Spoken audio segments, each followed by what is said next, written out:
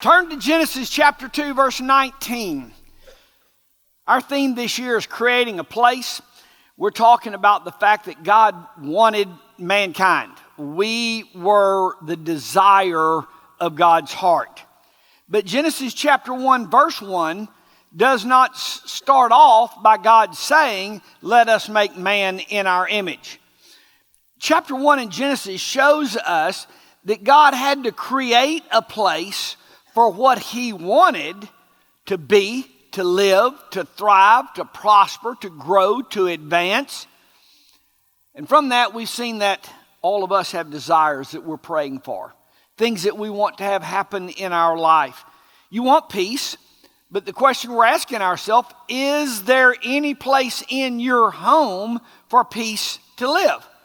Yelling and hollering and swearing and throwing things and slamming doors and... Wait a minute. You want peace, but peace can't live there. We're going to create a place for peace to be. You want money, but we're not creating a place for money to stay and to grow and to build because of the way we live. You want a relationship with God to grow, but you don't create a place for that to take place in your life. 3 weeks ago, I stopped by the convenience store to get my cup of coffee. Now, let me just digress a minute. You go over to that cappuccino place and you get that mocha and you pour it just a little bit. Now, it's mandatory that you get it just right. Not enough and you can't taste it and it gives a funny taste in there. Too much and it gags, it's sweet. But now just the right amount. And then you go over and you fill it up with coffee. I call it my special mix. And my wife, when I get back in the truck, she goes, "Well, honey, how was your special mix?" I missed it today. See, it's kind of iffy because you got to hit it just. Well, anyway, I walked in the convenience store to get my special mix. And as I walked in, I don't know if this guy at the counter knew the girls, didn't know the girls. He's talking in a really loud voice. He was ranting and raving. There's no jobs in this county. There's no jobs in this state. There's no jobs in this nation. He's been looking for months. He's had his resume out and on and on and on. Well, I walked by and I was kind of getting my special mix here. And I'm not making any judgment. I'm just telling you what was there. The hair was everywhere. And it had not been brushed in countless years. So it was in, you call it dreadlocks, and they were going everywhere. And the beard was so nasty, it was in dreadlocks as well. Now, I don't care if that's the style and you like that, that's great. But see, don't complain about not having peace when you're screaming and hollering and yelling. Don't complain about having a job when his clothes, I'm just saying, I think recently he weighed 650 pounds. Now he's down to 100 because that's what his clothes were. And he had chains hanging down. I don't know if they were holding the clothes up or they were pulling the wrinkles out. I don't know what the chains were. And boy, it was really rough. And I'm trying to do it just got louder and louder about there's no jobs. He'd been every business in this town looking for a job. And then I got back over there to wait for him to move so I could pay. And however long it's been since he had combed his hair, it had been longer than that since he had showered. Whoa. And it was all I could do to keep from saying, I'd like to invite you to our church. We're talking about creating a place this year. If you want a job, then you're going to have to create a possibility for that to happen. And I was reliving all of the messages that we've had so far this year as I'm watching this scenario play out. This guy with everything in him wanted a job, was mad that he didn't have a job, and there was nothing hireable about this situation right here. I'm just saying. I have this year just been going over chapter 1 and 2 of Genesis. Because in there, and I said, God, I don't want to miss anything. I want to see the key to how life works for us. And God showed us through the way he created this, here's the desire of his heart. Well, you got to create a place for that desire to happen. I want to make sure I get all of that. I don't know how I've missed this. Genesis chapter 2, verse 19. Are you there? God created all of the wild animals, all of the birds of the sky. He brought them to man to see what he would call them, and the man chose a name for each one. How have I read that 7 million times in my life, and I've not seen that? Adam didn't create these animals, but God brought these animals to Adam and said, now you name each one. And the title of my message today is, You Name It. Oh, yeah, you already know it's going to be good. Right now, get your phone out, post right now. You should be here right this second. This is about to be really, really good. God created mankind. He gave us dominion. He told us we're to rule and we're to reign. Then God begins to bring the animals for him to name. What's he teaching us here? What is in that I'm supposed to get out of this? Think about this. How long did it take? What's a lifetime pursuit? Matter of fact, we still hadn't got them all named. Look at birds. Let's just don't get into how many different birds there are. Let's just take the duck. There's 100 species of duck. The blue wing, the canvasback, the pintail, the mallard, the mandarin, the wood duck, the teal, the gadwall. There's over 100 species of duck that had to be named. The quail. There's 130 species of quail. The banded, the black-throat, the spot-wing, the blue Himalaya. 130 species of quail. Are you kidding me? The cow. It's not just a cow. It's an Angus and a Charolais and a Hereford and a Longhorn and a Limousine, a Jersey, a Holstein, on and on and on and on. The horse, the quarter horse, thoroughbred, the Arabian, the Morgan. Let's don't even get into dogs. Oh, mercy. That just, watching that Westminster dog show makes scratch your head. Good grief, are you kidding? Man puts a bull and a cow in the field together. He doesn't create a calf, but he named it. He called that a calf. You put a stallion and a mare together, and he didn't create that, but he called it a colt. So that's what it is, what man called it. You didn't create this kid that you had, but you named this thing that's following you around. You named it. God created everything. God brings it to you. And Adam is given the authority and the position to name it. Here we see how God set life up. Here's how life is set up. You don't get to choose everything that comes into your life. You didn't choose it. You didn't create it. It wasn't even a dream of yours. But you do get to name it. You do get to name it. So many places we could go. Genesis chapter 35 through chapter 50. The familiar story of Joseph. His brothers selling him into slavery. You know the story. At the end in chapter 50, Joseph tells his brothers, you sold me, but God sent me.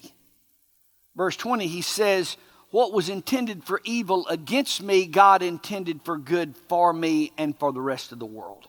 Joseph named his life.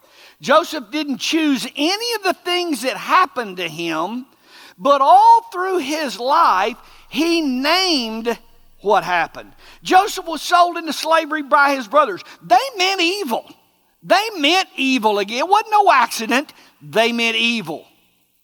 He rises to a place of prominence in Egypt. Potiphar's wife makes a pass at him. Joseph did the right thing. He did the right thing. He resisted that pass, and doing the right thing got him thrown into the dungeon. He did the right thing in the dungeon, and the chief cupbearer befriended him and then forgot him. Joseph, time after time, evil came his way. Doing the right thing, living the right way, responding the right way, but evil keeps coming. He was lied about, he was rejected, he was forgotten. Joseph didn't create any of this. Joseph didn't have any part in making all of this happen, but Joseph's job was to name it. You name it. All through your life, people won't deal fairly with you. You're going to be overlooked. You're going to be cheated. You're going to be forgotten. You'll be disregarded. Life in a fallen world is never perfect, but God's plan is for you to name it. You name what life brings you. Oh, this is bad. This is terrible. This is horrible. Oh, my Lord, this is a nightmare. Well, this is about to finish me off. This is going to kill me. Well, this right here will be my undoing. Or, this will work out. Somehow this will turn around and be for my good. Somehow, some way, this is going to produce amazing things in my life.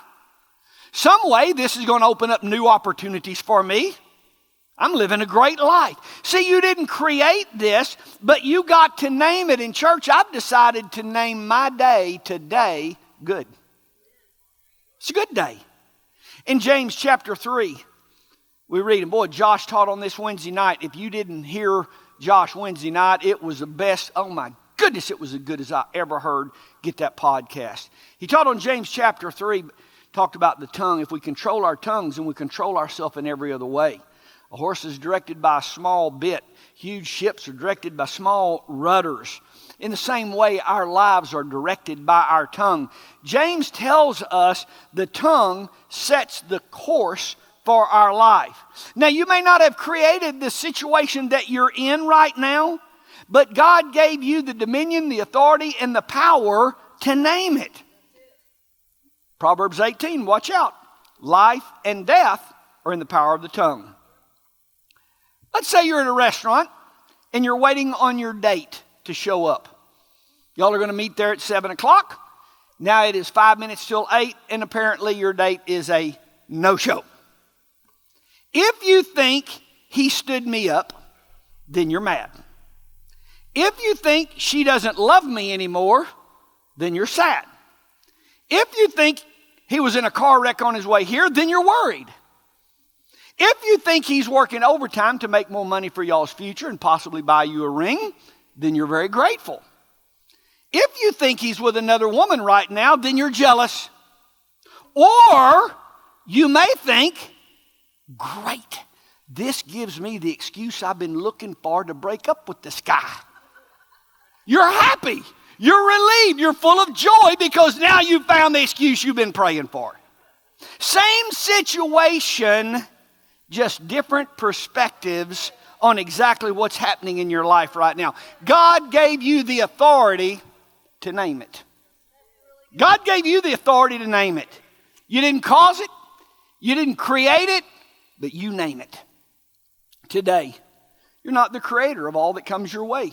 Day in and day out, week in and week out. You didn't create this scenario, but you are the namer of it.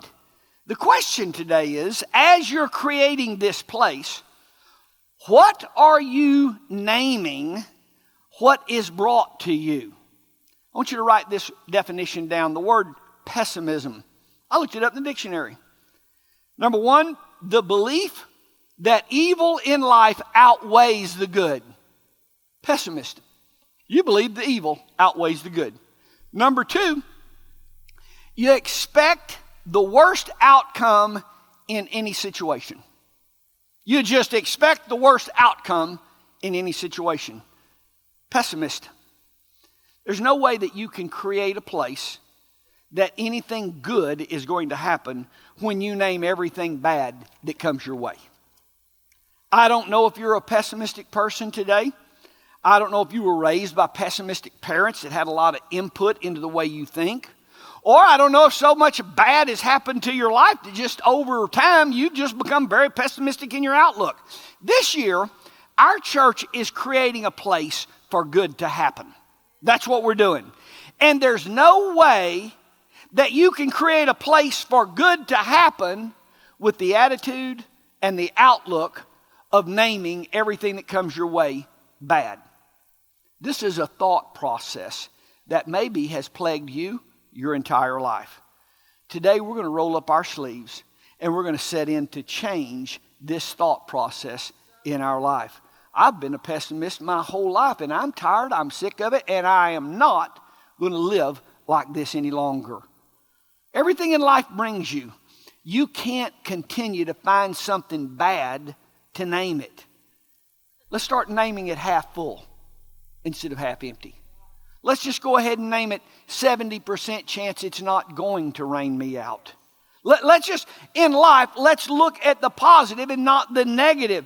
Too many are not having in life what they're praying for, the desires of their heart, because they're naming everything that life brings them in a negative light, in a negative manner. From today forward, you find something good. You find something positive. You find something encouraging to say about everything. Life happens. You didn't create it, but your job is to name it. Now, I'm just telling you, let me go over and over this one point today. There's no way for you this year to create a place for good to happen, for you to create a place for a blessed life with you having a negative, a pessimistic remark about everything that comes along. Your first words out of your mouth are always negative and bad. Our theme this year becomes impossible for you. Our theme this year becomes impossible for you if this is the way you see and operate and think in life. Today we got to roll up our sleeves and we're going to start naming things from a positive standpoint. For years, TV channels, or at least the 3 that we had, they showed great shows. And you watched that channel to see the show you wanted to watch. Man, I watched the channel because I had to see the Rifleman. I watched the channel because I could not miss the Beverly Hillbillies. I mean, you couldn't miss that. See, I watched that channel because Bonanza was coming on at this time. The reason I turned that channel on was because I had to watch Hoss and Little Joe. See, I had to watch that, so that's why I selected that channel. That channel then, at 10 o'clock at night, would play for 30 minutes. It would play 10 minutes of world news, 10 minutes of weather, and 10 minutes of sports. So I would watch that, but the reason I watched that channel was the Rifleman and Bonanza and the Beverly Hillbillies. Now we've got channels that are 24 hours a day news. 24 hours, 7 days a week news. So what is it that causes you, it's 7 o'clock and you got to run to the TV to turn it on? What causes you to run and turn on a news channel? There's only one thing. It's fear. Breaking news. News alert. A frenzy. I wonder what's happening with. I wonder what is going on with. And that's the only way you will turn on a news channel is not for the Rifleman. The only way you turn on a news channel is because they have got you in a state of fear about something. We're naming it. The coronavirus is about to wipe out the entire world population. Or there's more people that fell off of a ladder today and hurt themselves than there are that got the coronavirus. But I'm just saying. See, the only way that you're going to run to... See, you got to be whipped into a frenzy because 24/7, there's not enough breaking news for us to have a breaking news story every 5 minutes. It's just not enough breaking news. Terry got up this morning, went to work. Breaking news, he came home. News alert. Terry got up and went to work the next morning. Breaking news, tune in. He came back home, ate supper. I mean, there's just not enough 24/7 to whip people into a frenzy. We don't have it. Go all over the world and we can't find enough crises to talk about. So we're going to have to create a crisis to keep their ratings up or they can't make all the billions they're making. Church, don't let the 24-hour-a-day news channels name your life. Don't let the news channels name your day. You can't let that happen to you because that's right where we are. The key to naming everything good is a right relationship with a good God. If you don't understand your covenant with God, then you will name something bad that God could be working in your life to produce something good. David did not create Goliath, but he understood his covenant. He understood his covenant, and he understood a good God. All of Israel named it bad. This is a giant that devours. David said, he asked, what will be done for the man who kills this joker? Oh, we get the king's daughter. No. Here's a whole list of things. David, knowing his covenant with God, David named Goliath an opportunity of a lifetime. See, David named this my way out of poverty. David named this my way into a very blessed life. David named this something good, while all of Israel's army named this something bad. David named it something good. When you name it something bad, it sets in motion fear, hiding. The army was hunkering down and they were running. When David named it an opportunity, when David named it something good, it set in motion him loading that slingshot and running toward Goliath. What you're naming your day sets in motion to the way you're living your day. When you name your situation lonely, that sets a lifestyle in motion, because lonely people stay by themselves. Lonely people are withdrawn. So you name your situation lonely, so you do what lonely people do, so you're lonely, so you continue to do what lonely people do, so you're lonely. Had you named your situation a great opportunity for me to reach other people who are in a bad situation like I am, that would have then set in motion to you coming to church with your eyes wide open, seeing other people in your situation in life, you going and meeting them, inviting them to your home this next Thursday night, y'all having dinner together, and y'all talking about something that you could do as an outreach to reach other people that are in your same situation. What set the motion in play was what you named it. What sets your motion in play is what you name it. Now, there are things that have just been named wrong and need a name change. You read in the Bible where Jesus said he looked intently at Simon. And Jesus said, your name is Simon, son of John, but you will be called Peter, which means the rock. See, people have called you wishy-washy, undependable all your life. But right now, I'm changing your name to the rock. What in your life needs a name change? I've referred to this all my life in a wrong way. What needs a name change? Change it from destroyer to opportunity. Change it from this is killing me to somehow God's going to use this to bless me. What in your life needs a name change? Our theme this year is creating a place. I want you to know words create your place. The question today is, what kind of place are you creating with your mouth? God created a place for what he desired to happen by what he said. I'm asking you today is, what are you naming your situation each and every day? True, you may not have created it, you may not even have wanted it, but what are you naming it? I want you to repeat after me. My house is a house of peace. Peace lives with me. Joy is in my life. Joy resides in my house. Could we start saying that?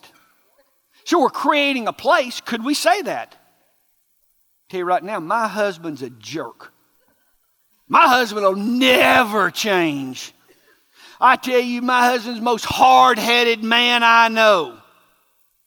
Or you could name it, my husband's changing. My husband's growing in the Lord. My husband is a blessing. My husband's a good man. See, this year we're creating a place, and we are creating a place because it's not there. We're creating a place because it is not there. God did not say, man, it's dark out here. Whoa, it is formless out here. Well, it is voidless out here. God didn't say, it'll always be dark out here. Well, it always has, it always will be dark and formless.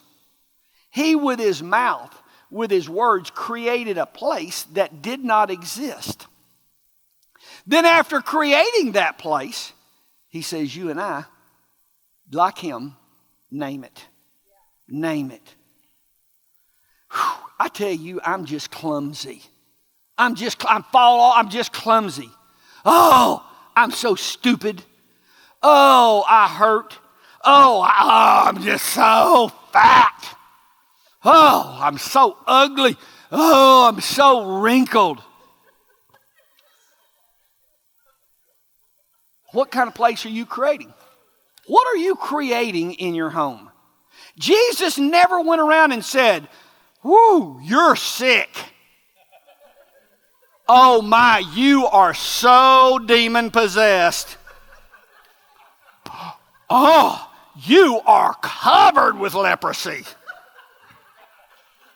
Jesus didn't walk up, oh my, you are blind. Yeah, so blind. Oh my, what are 5 loaves and 2 fish? That ain't gonna work. You daily are creating a place that you're living in. Are you creating a place for lack, for unhappiness, for loneliness? What are you creating when you walk up on the scene? Oh my, you're covered head to toe with leprosy. No, Jesus didn't come up and create a place for leprosy to prosper. He came up there and created a place for leprosy to go somewhere else. I'm blessed. I'm strong. I'm wise. I'm talented. I'm focused. I'm prosperous. I love my life. I love what I do for a living. I love every day getting up and go to work. I go to sleep early so I can get up to work tomorrow quicker and go to work. I can't wait to get to work. I'm fulfilled in life by what I do. Come on, you're creating a place. Ladies. You got to stop going around your house all the time and telling your husband how unattractive you are. Oh, I'm just so fat. Don't stand in front of the mirror while you and your husband are getting dressed. Oh, I'm so wrinkled. My hair is awful. He picked you. Now, you attracted him. Why are you working so hard to convince him of how fat you are and how ugly you are and how wrinkled you are? If you keep this up, he may agree with you. And then when you get him in agreement with you, then he can start saying about you what you're standing there saying about you. Do you want your husband saying about you what you're saying about you? You got to stop that. You say, I'm young, I'm vibrant, I'm attractive, I'm a sharp lady. Let me just tell you something. You carry yourself different. You dress different, you look different. It sets in motion a different life for you. Beauty is not measured in height or weight or size. It's all about how you carry yourself. Psalms 139, I praise you because I'm fearfully and wonderfully made. Your works are wonderful, and I know that full well. Proverbs chapter 6 says we are snared by the words of our mouth. I grabbed a dictionary and I looked up that word snared, and snared means trapped. We are trapped by the words of our mouth. Okay, then let's just trap ourselves in blessings. Today I want you to see in Genesis chapter 2 verse 19, you didn't create any of this, but you're given the authority to name it. Y'all stand with me.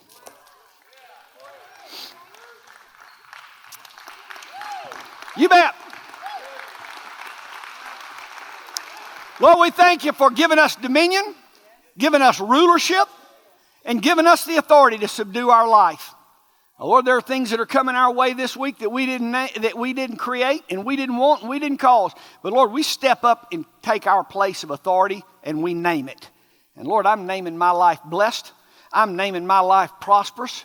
I'm naming my life healed. I'm calling my life good. This is a good day.